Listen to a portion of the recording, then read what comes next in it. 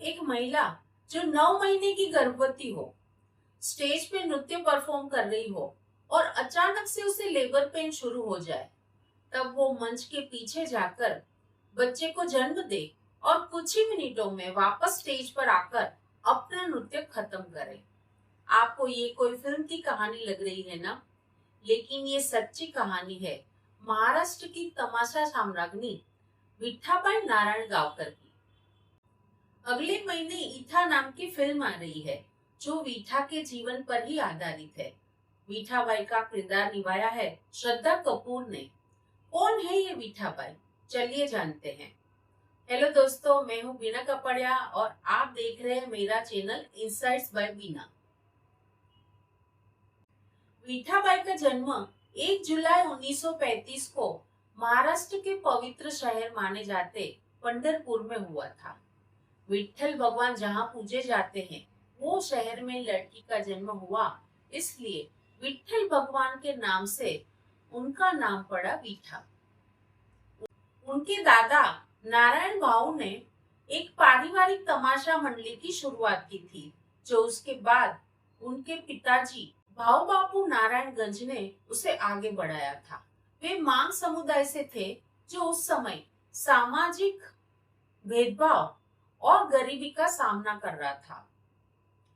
वीठा का बचपन एक नॉर्मल बच्चे जैसा नहीं था। न स्कूल, न किताबें, और घर था बैलगाड़ी और एक गांव से दूसरे गांव घूमती तमाशा मंडली। लेकिन भगवान ने उन्हें एक ऐसी आवाज और नृत्य की भेंट दी जिसने लाखों लोगों के दिल जीत लिए। सिर्फ 13 साल की उम्र में उन्होंने स्टेज पर कदम रखा। देखते ही देखते वो लावणी और तमाशा की सबसे बड़ी कलाकार बन गई। उन्होंने लोक कला की कठिन विद्याएं जैसे लावणी, ग्वालन और वैदिक पर महारत हासिल की। उनकी बुलंद आवाज और चेहरे के हाव भाव से ग्रामीण इलाकों के लोग उनके दीवाने हो गए। विठाबाई के जीवन की एक सबसे चर्चित घटना, जिसे आज भी लोग पूरी सम्मान से याद करते हैं, ऐसा कहा जाता है कि एक कार्यक्रम के दौरान विठाबाई 9 महीने की गर्भवती थी और वो पूरी ऊर्जा से कार्यक्रम में नृत्य कर रही थी। उसी दौरान उन्हें लेबर पेन शुरू हो गया। तब वो मंच के पीछे गई, बच्चे को जन्म दिया और कुछ ही मिनटों में वो वापस मंच पर आई और अपना कार्यक्रम पूरा किया। वहां पर दर्शकों ने ये नोटिस किया कि कुछ समय पहले गर्भवती दिखने वाली विठाबाई अभी पूरी अलग दिख रही है। तो वो लोग सच्चाई समझ गए। उन्होंने खड़े होकर उनके लिए तालियां बजाई और उन्हें आराम करने को कहा। इसी घटना से जुड़ा एक डायलॉग फेमस हुआ है, पड़े पड़े मरी तो बिचारी कहलाऊंगी, लेकिन नाचते हुए मरी तो मिसाल बन जाऊंगी। मीठाबाई की लोकप्रियता इतनी बढ़ गई थी कि उनके शो हाउसफुल जाने लगे थे। ऐसा कहा जाता है कि प्रसिद्ध नाटककार मामा वरेकर ने मीठाबाई की प्रतिभा को पहचान कर उन्हें ग्रामीण अंचलों से निकाला और उन्हें राज्य स्तर के मंच पर पहुंचाया। उनकी मंडली महाराष्ट्र की सबसे महंगी और लोकप्रिय मंडली बन गई। ऐसा भी कहा जाता है कि शोमैन राज कपूर ने मीठाबाई को अपनी फिल्म में मुख्य भूमिका ऑफर की थी, लेकिन मीठाबाई ने बॉलीवुड की चकाचौंध को साफ इनकार कर दिया। उनका मानना था कि अगर वे फिल्म के साथ जुड़ गई तो उनके साथ जुड़े दर्जनों लोक कलाकारों और संगीतकारों के परिवार भूखे मर जाएंगे। ये सोच उन्हें एक महान कलाकार ही नहीं बल्कि महान इंसान भी बनाती है।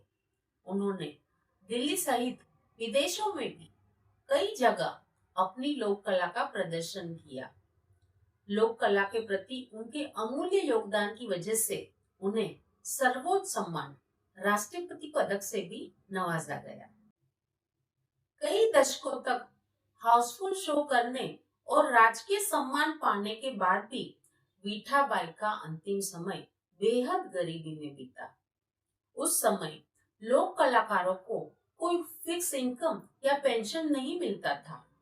विठाबाई ने अपने पूरे जीवन में जो भी कमाया वो अपनी मंडली के लोगों और अपने बड़े परिवार की देखभाल में खर्च कर दिया था।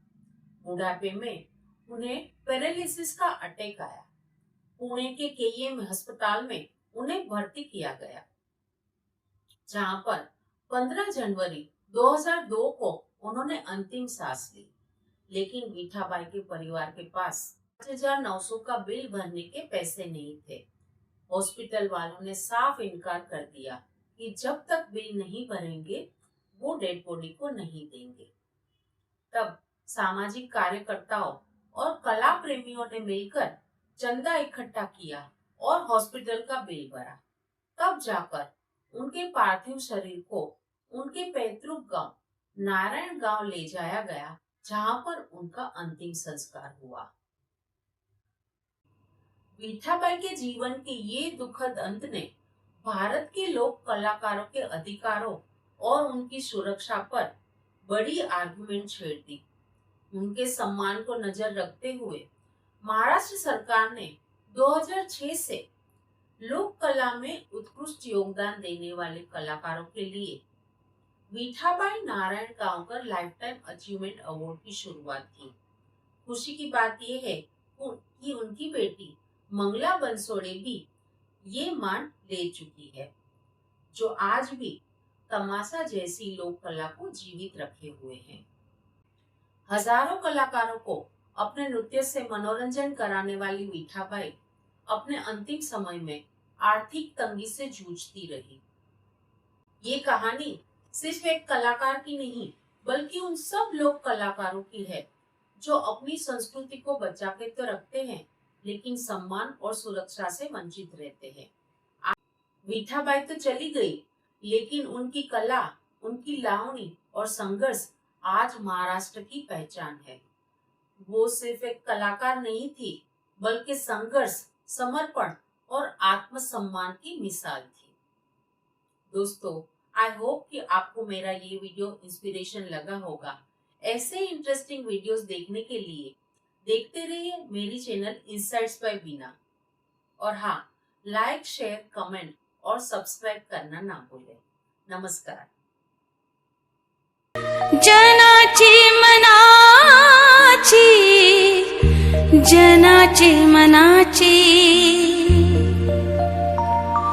पोटासाठी नाचते मी, परवा कुणाची, पोटासाठी नाचते मी, परवा कुणाची, लाज धरा पावना